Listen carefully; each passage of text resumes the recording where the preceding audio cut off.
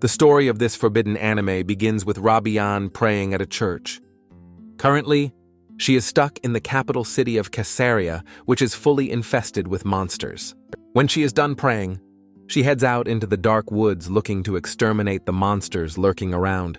At first glance, you wouldn't believe that Rabian is a warrior nun sent by the church to wipe out the monsters, especially because of her beauty and airbags. After covering a couple of meters in the woods, she stops when she sees a zombie before her. Shocked, she materializes her sword with magic, hoping to eliminate it instantly. However, the zombie appears at her back and bites her neck before she can even move a muscle. She screams in pain as a result, but the zombie cares less about her feelings. The zombie then restrains her so it can inspect her dungeon. The zombie then assumes a forbidden stance and gradually begins to explore the innermost sanctum of Rabian's dungeon. Rabian can't help but let out loud cultural sounds as her mind slowly goes blank. She ends up spilling a good amount of her holy water, but it doesn't seem to faze the zombie at all. The zombie goes berserk and fiercely explores her dungeon relentlessly until it reaches its limit break and floods it with its zombie paste. As Rabian desperately tries to make sense of things, about 5 more zombies appear from the woods, all interested in exploring her dungeon. One of the zombies shows off its tongue twister skills, while the others take turns trying to test out the durability of her airbags. However, it all suddenly ends when the zombies are miraculously sliced and laid to rest. There's zombie blood on Rabian's sword and she shows no sign that she was previously injured. The whole situation shocks her, but since she can't really explain it, she simply brushes it off and he continues her journey. She eventually finds herself by the lake where she encounters a slime. At first, she thought it was a friendly demon lord, but it seems she was wrong. The slime engulfs her and drags her down to the bottom of the lake. As they descend to the bottom, the slime explores her dungeon and even her analytics vault. It even takes the time to test her karaoke skills while underwater. Eventually, Rabian's mind goes blank, and like with the zombies earlier, she mysteriously finds herself at the entrance of the lake as if she is just arriving there. It's as if someone just reloaded a save file and returned her to a checkpoint. Anyway, Rabian then takes out her bow and arrow and takes a shot at the slime before it can attack her. After the slime's passing, she enters a cave and picks up a strong scent of dark energy. Unfortunately, a monster made of rotten flesh appears and tries to attack her. At first, Rabian takes up her sword to fight, but she stops when she notices that the monster has regenerative properties. Since she dropped her guard, she ends up getting engulfed by the monster. As a result, she gets captured, and the monster goes on to inspect the entrance of her dungeon. Not long after that, the monster sends its tendrils to explore her dungeon. It also chops off her left arm when she tries to escape. In the end, the monster absorbs all her cultural energy and spits out her remains when it's done. However, just like before, Rabian regains consciousness and finds out that she is still alive and holding her bow. Once again, it seems like she has returned to a checkpoint as if she has 99 lives or something. Seeing the monster again sends chills down her spine, but it withers away as if it was shot. After she exits the cave, she bumps into a flower monster but reacts quickly to slice off its stem. Unfortunately, the flower monster regenerates and restrains her before she can do anything else to it. It then extends its vines and uses them to test the durability of her airbags. While this happens, Rabian lets out cultural sounds, and the thought of escaping gradually fades from her mind. In the end, the plant sends her to her ancestors by feeding off her brain. However, once again, Rabian regains her senses and realizes that she was maybe just daydreaming. Unfortunately, the spores from the flower monster touch her skin and gradually turn her into a flower monster.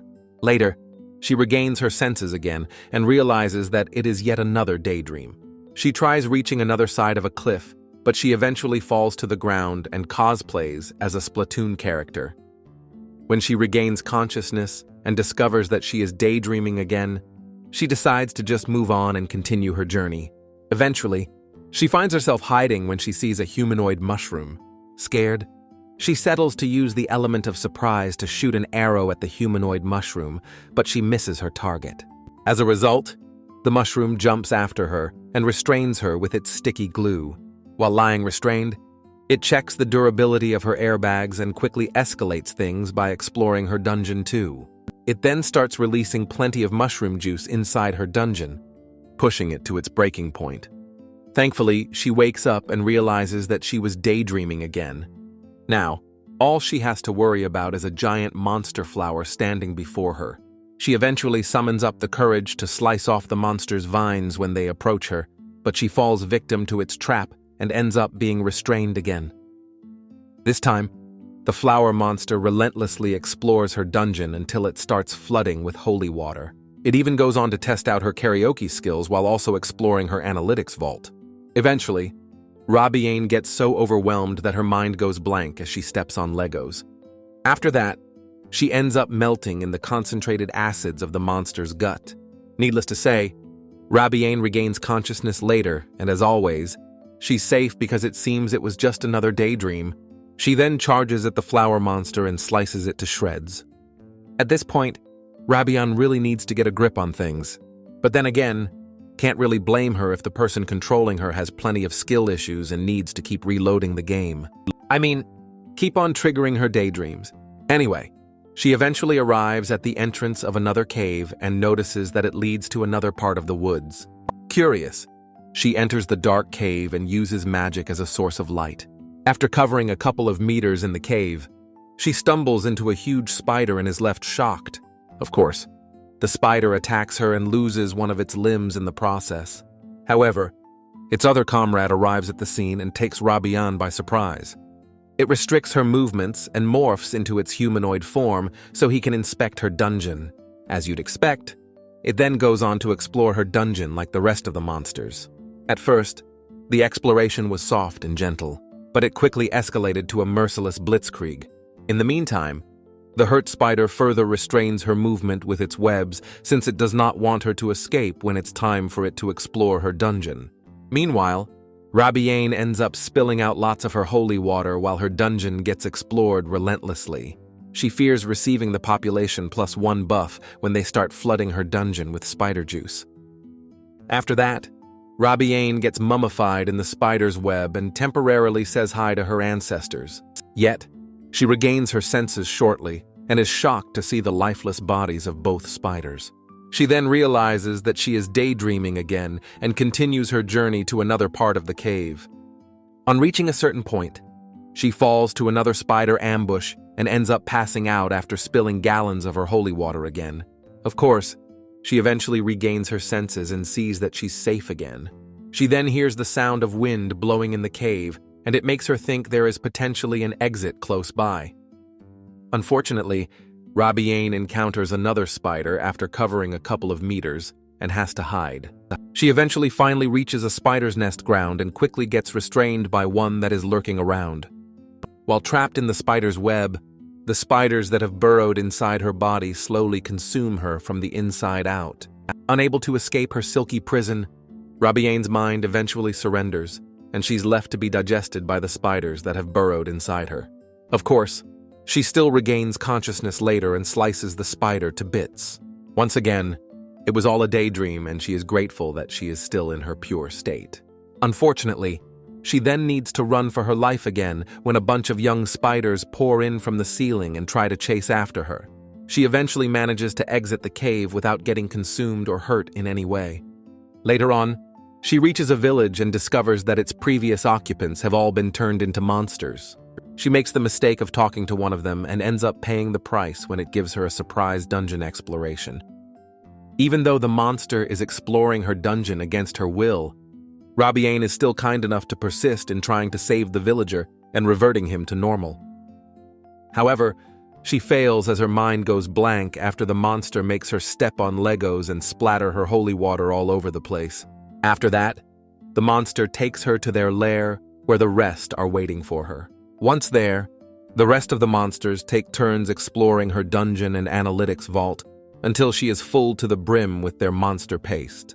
Eventually, the boss monster arrives with a butcher's sword and slices off Rabiane's hands. While she screams in pain, he drags her to his workshop where he slices her to bits and turns her into the secret ingredient for his soup. Once again, Rabiane regains consciousness later and realizes that it is all a daydream again. She runs for her life when the monsters from the village chase after her and end up entering another cave. After walking for a while, she decides to catch her breath only to stumble into another monster. This monster is more like a genetically enhanced human with lots of limbs. Seeing the monster in its bad condition makes her sympathize with it, but she gets attacked and loses her limbs in the process. The monster ends up spilling some mini worms on her, and they all rush towards her dungeon. While she screams in pain, the monster picks her up and gets rid of her lower limbs. As she slowly bleeds, some of the mini worms slip into her brain. The worms draw imaginary circles around her brain, and it causes her to enter a strange state of euphoria. It gets to a point where she forgets why she even began her journey in the first place. One funny thing is that she considers the monster cute and feels the need to take care of it just because of the things going on in her brain. But the monster continues consuming her cultural energy until she steps on Legos and completely loses her mind. Unfortunately, this time around, she doesn't wake up from another daydream. It's either her infinite life glitch got patched, or the guy with skill issues controlling her all this time finally decided to give up and move on to controlling a guy in another universe who inherited a hotel full of beauties from his grandfather. Subscribe for more videos like this. Turn on notifications and leave a like. It really helps the channel.